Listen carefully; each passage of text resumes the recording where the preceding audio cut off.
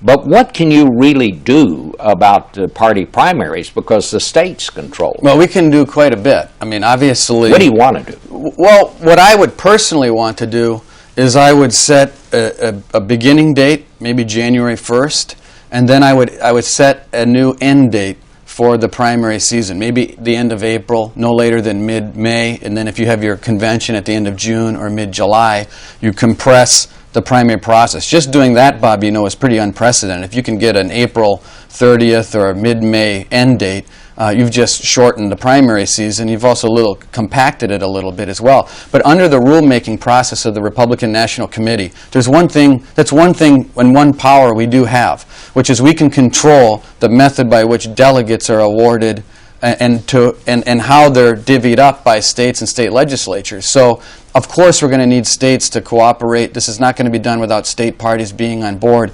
But there are lots of options out there. One is, after your carve-out states are done, one option was to divide the country in quarters and do a regional rotating primary, where you do a different region every 2 to 3 weeks. That can be complicated, but that's one of the options that's out there.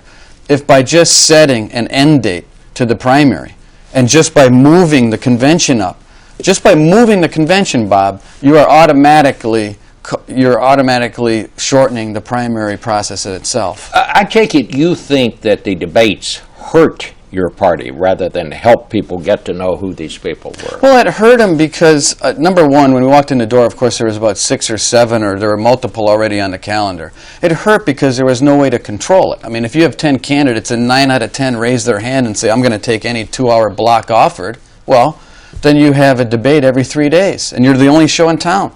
So while we were playing footsie, debating each other 23 times, what was the other side doing?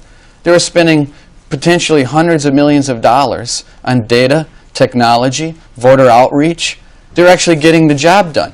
We were debating and bailing the Republican National Committee out of debt. I mean, that tells you a lot of the story. So if it gets the technology and all of the work that we need to do there, and opening our technology efforts up to an open source, setting up an office in the Silicon Valley, doing hackathons across the country, this is going to be huge, Bob, and we're ready to go and we're ready to lead. All right.